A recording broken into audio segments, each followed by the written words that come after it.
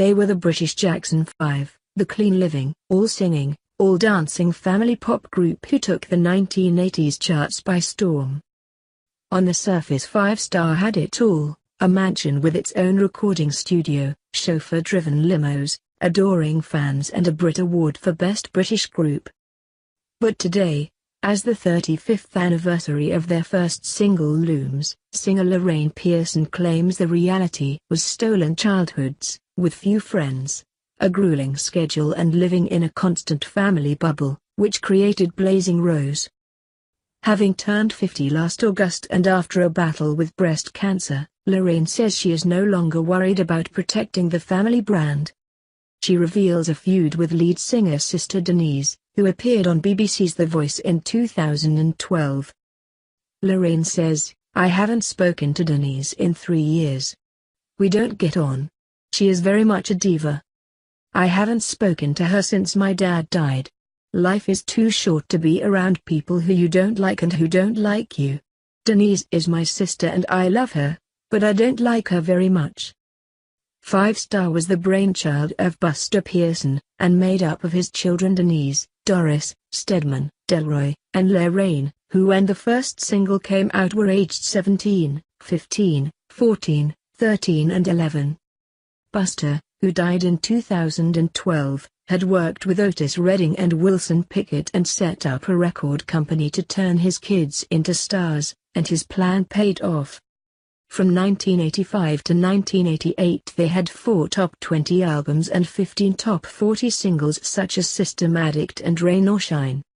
Although Lorraine loved performing with her siblings, their early stardom meant they missed normal childhoods. She says, "In the early days it was hard. We'd be up at 2 a.m., piled up with makeup, getting in the back of our little white van, going into smoky little clubs. At one of our very first clubs my dad went to get us orange juice. I was about 14, and this guy came up with sachets of cocaine and told us to take them. My dad had said there were going to be drugs, and not to take anything off any strangers, so we just said no thank you. As teenagers we'd be in a limo and watching kids go to school. We didn't have many friends. We missed going to parties, school trips. My parents were very protective. Friends could never come in. Being together, living together, working together was hard and it did cause a lot of arguments.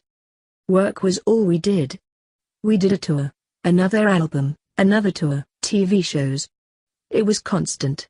The record companies want to make money out of you whilst you are young." At the height of their success, the family from Romford, East London, bought Stone Court, a Berkshire mansion, and had a fleet of cars including Ferraris and Lamborghinis.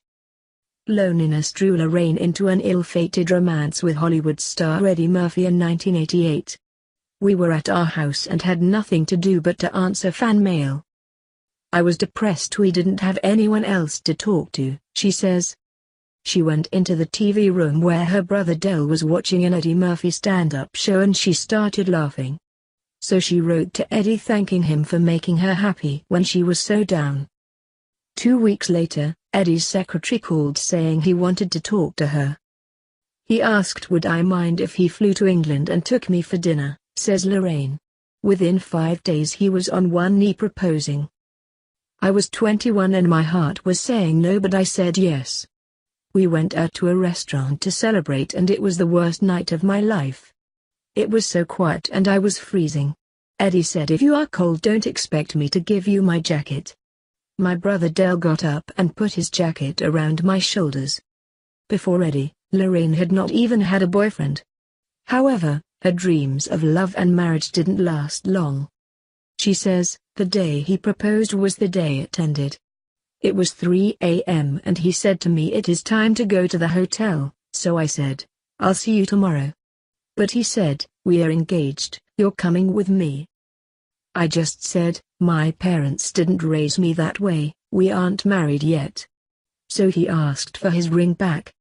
I just took it off calmly. My dad said you have to go and fix this, and I just said, if you want to marry him, you marry him. I'm not." With 5-star audiences dwindling, and Lorraine's relationship with Denise at breaking point, She quit the group in 2001. Instead she got a job in a clothes shop, and found happiness. I made friends, I had a salary, it was very important to be independent, Lorraine says. I just thought being a legend is not going to pay the bills. I had to work and I loved it. She met her husband, CEO of a construction firm, in 1989. They married on Valentine's Day 2000 with her sister, best friend and members of his family attending. She worked as a receptionist, in a call center and as a PA. And the couple fulfilled their dream of becoming parents 11 years ago after undergoing IVF treatment to have their daughter Nadege. But her world was rocked in 2011 when she was diagnosed with breast cancer. We were planning to move to Qatar and we were packing up our house when I scratched under my arm and felt a lump. Tears came to my eyes, it was massive. Doctors told her she may not survive, and she chose to undergo a mastectomy, chemotherapy and take the drugs Herceptin and tamoxifen. I was just thinking, I'm going to die, so what is going to happen to my daughter? She says.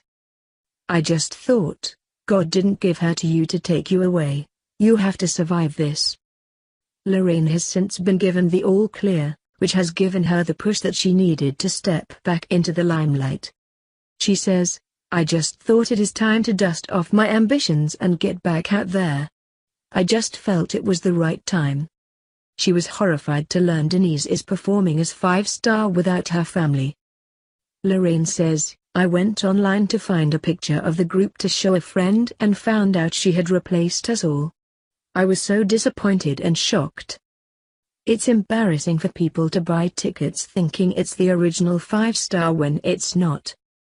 Denise denies this is the case and says, we are keeping the 5-star spirit alive with 4 wonderful backing dancers, who have the highest regard for the 5-star legacy. The door is always open for any of the original members to come back. I made contact with my siblings prior to launching this next chapter. Mummy, Dolores Pearson, has given her blessing for me to share my gift as the voice of 5-star. Denise, who is performing at festivals and one-off shows, adds, she's even been involved in choosing the sequins for the shows,